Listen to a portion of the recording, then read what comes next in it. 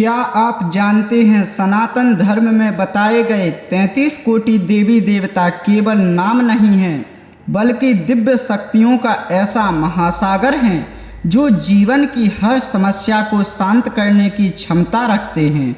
भक्तों, कहा जाता है कि जो श्रद्धा भक्ति भाव से इन 33 दिव्य शक्तियों के नाम को सुनता है उसके जीवन से नकारात्मकता, भय, दरिद्रता और बाधाएं धीरे धीरे समाप्त होने लगती हैं। घर में सुख, शांति, धन, वैभव और आध्यात्मिक ऊर्जा का प्रवेश होता है। भक्तों, इन नामों में आदित्य की तेजस्विता, रुद्रों की रक्षा शक्ति, वसुओं की समृद्धि और अश्विनी कुमारों की आरोग्य शक्ति समाहित है। यह केवल नाम नहीं है बल्कि ब्रह्मांड की दिव्य ऊर्जा को जागृत करने वाले पवित्र नाम हैं। अगर आप चाहते हैं कि आपके जीवन में रुके हुए कार्य पूरे हों, घर में सकारात्मकता आए, दुर्भाग्य दूर हो और देव कृपा सदैव बनी रहे, तो इस वीडियो को अंत तक ध्यानपूर्वक श्रवण कीजिए और वीडियो के अंत में 33 कोटि देवी देवताओं की जय जरूर लिखिए। आपकी समस्त मनोकामनाएं स्वयं भगवान पूरी करेंगे।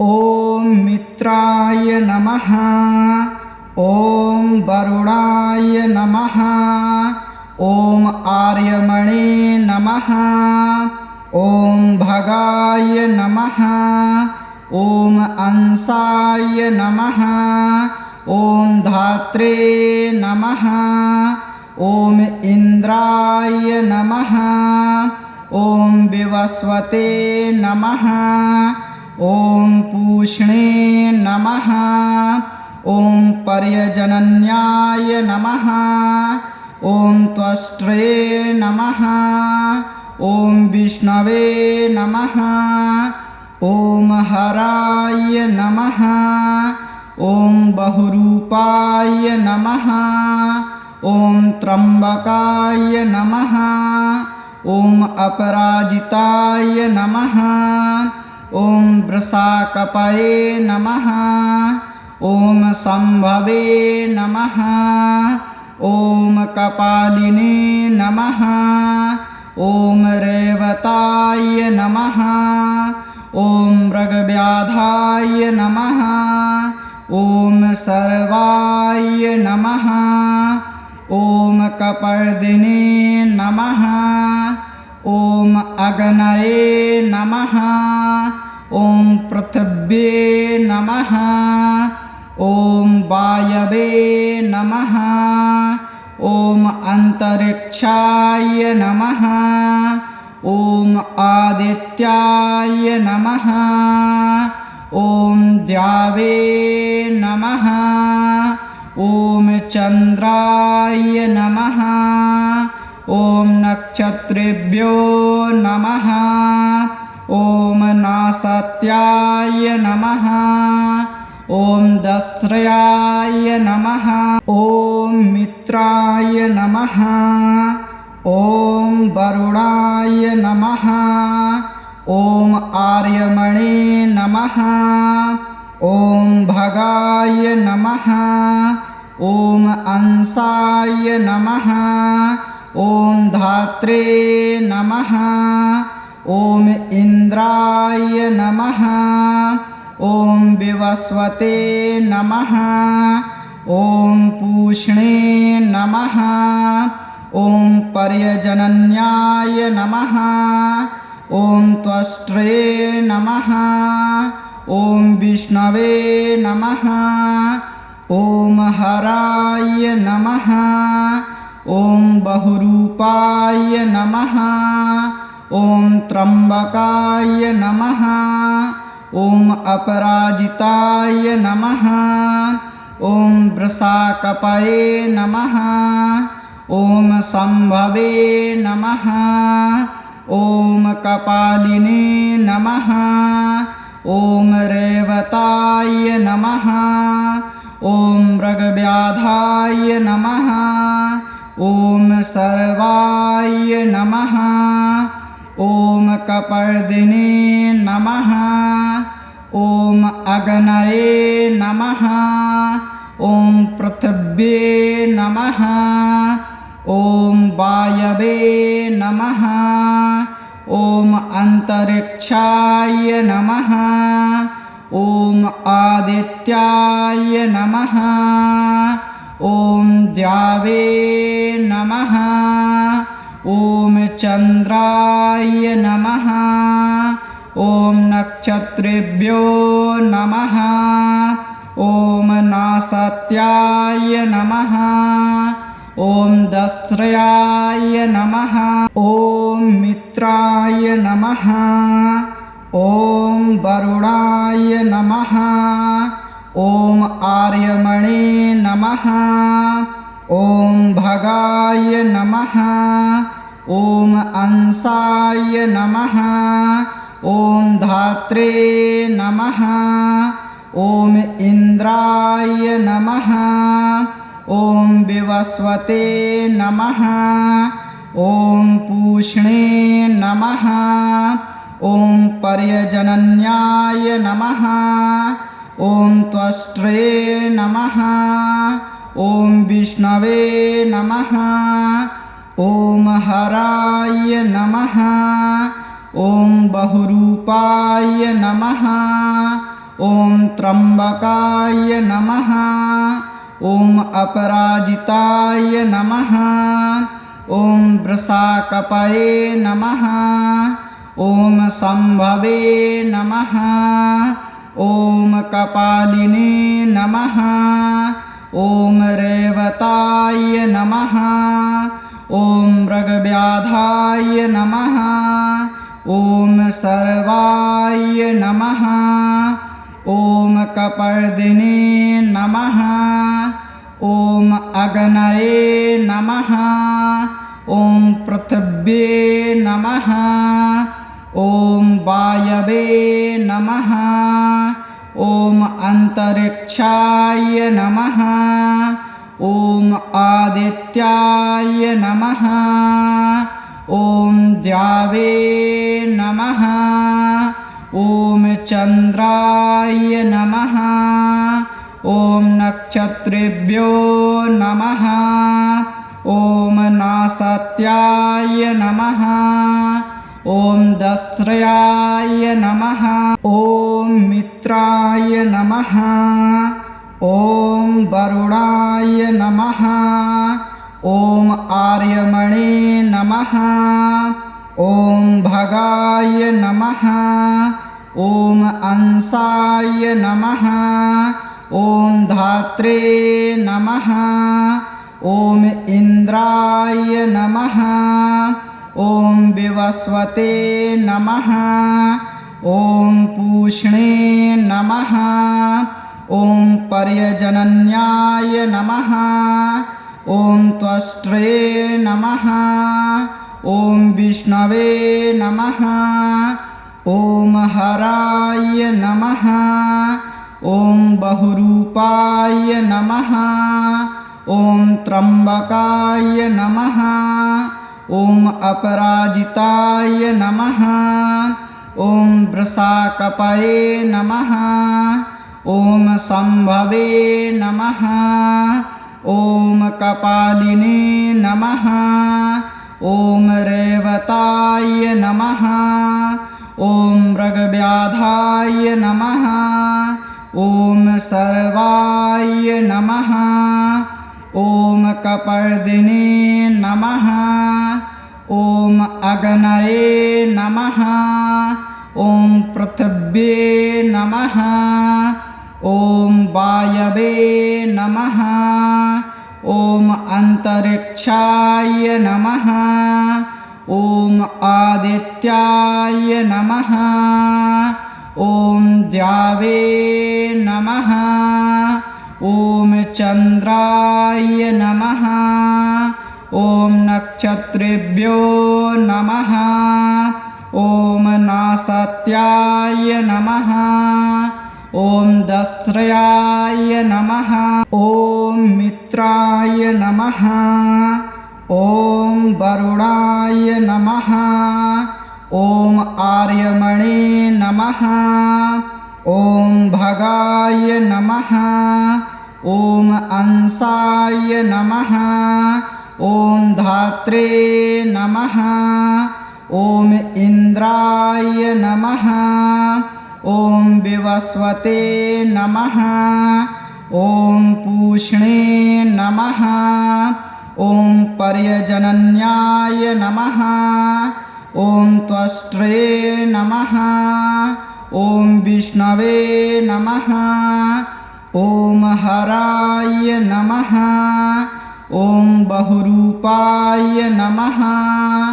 ॐ त्र्यम्बकाय नमः। ॐ अपराजिताय नमः। ॐ वृषाकपये नमः। ॐ संभवे नमः। ॐ कपालिने नमः। ॐ रेवताय नमः। ॐ मृगव्याधाय नमः।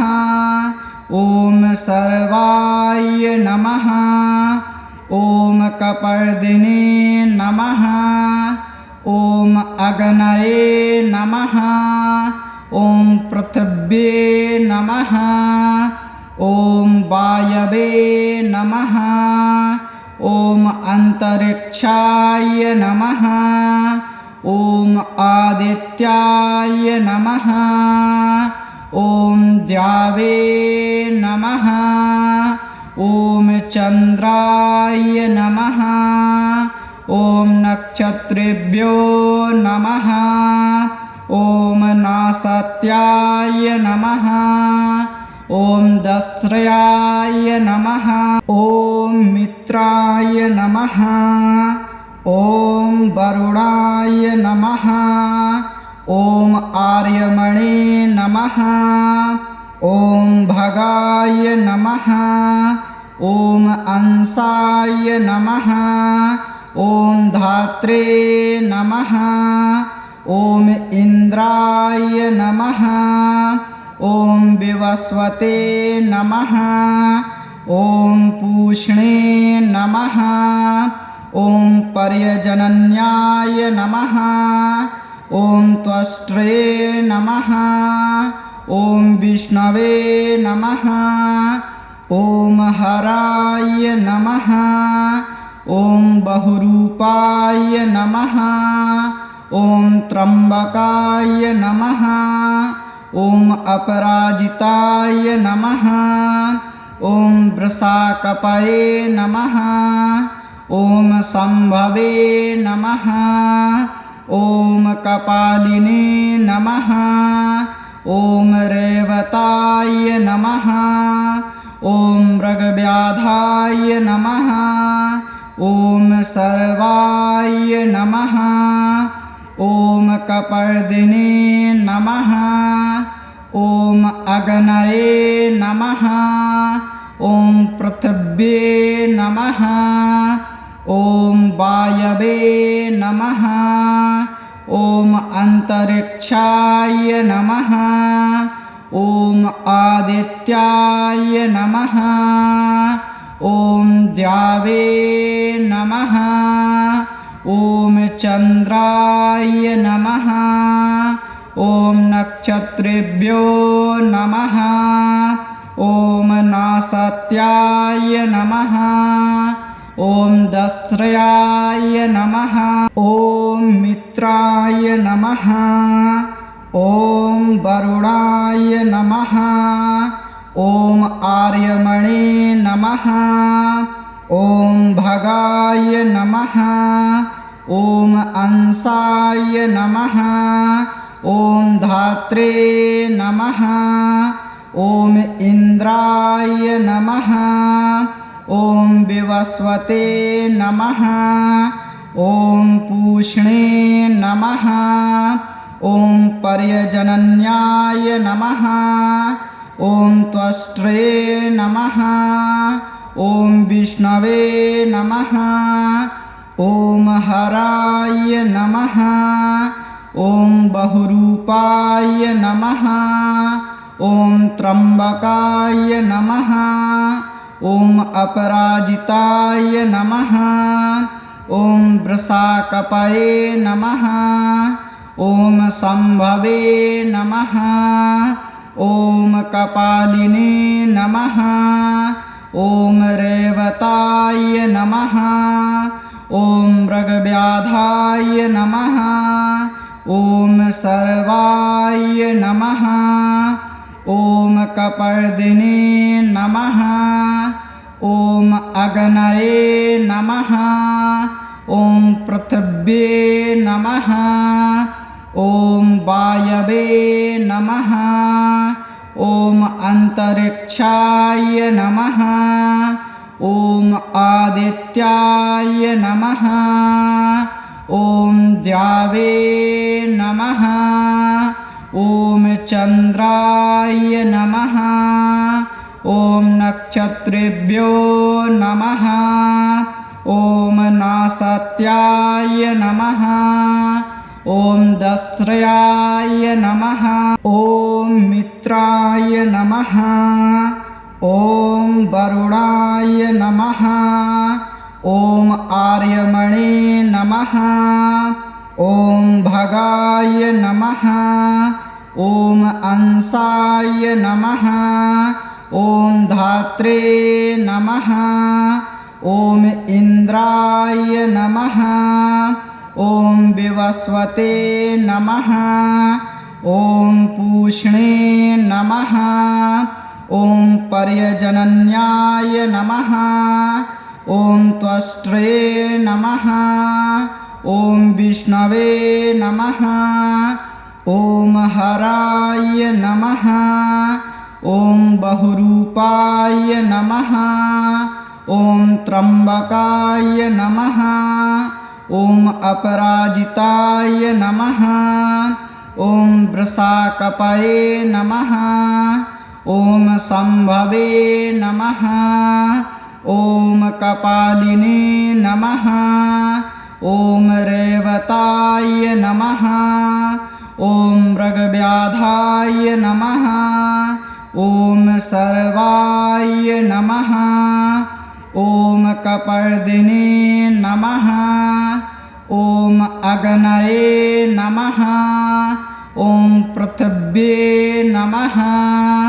ॐ वायवे नमः। ॐ अन्तरिक्षाय नमः। ॐ आदित्याय नमः। ॐ द्यावे नमः। ॐ चन्द्राय नमः। ॐ नक्षत्रेभ्यो नमः। ॐ नासत्याय नमः। ॐ दस्त्रयाय नमः। ॐ मित्राय नमः। ॐ वरुणाय नमः। ॐ आर्यमणे नमः। ॐ भगाय नमः। ॐ अंसाय नमः। ॐ धात्रे नमः। ॐ इन्द्राय नमः। ॐ विवस्वते नमः। ॐ पूष्णे नमः। ॐ पर्यजनन्याय नमः। ॐ त्वष्ट्रे नमः। ॐ विष्णवे नमः। ॐ हराय नमः। ॐ बहुरूपाय नमः। ॐ त्र्यम्बकाय नमः। ॐ अपराजिताय नमः। ॐ वृषाकपये नमः। ॐ सम्भवे नमः। ॐ कपालिने नमः। ॐ रेवताय नमः। ॐ मृगव्याधाय नमः। ॐ सर्वाय नमः। ॐ कपर्दिने नमः। ॐ अग्नये नमः। ॐ पृथिव्ये नमः। ॐ वायवे नमः। ॐ अन्तरिक्षाय नमः। ॐ आदित्याय नमः। ॐ द्यावे नमः। ॐ चन्द्राय नमः। ॐ नक्षत्रेभ्यो नमः। ॐ नासत्याय नमः। ॐ दस्त्रयाय नमः।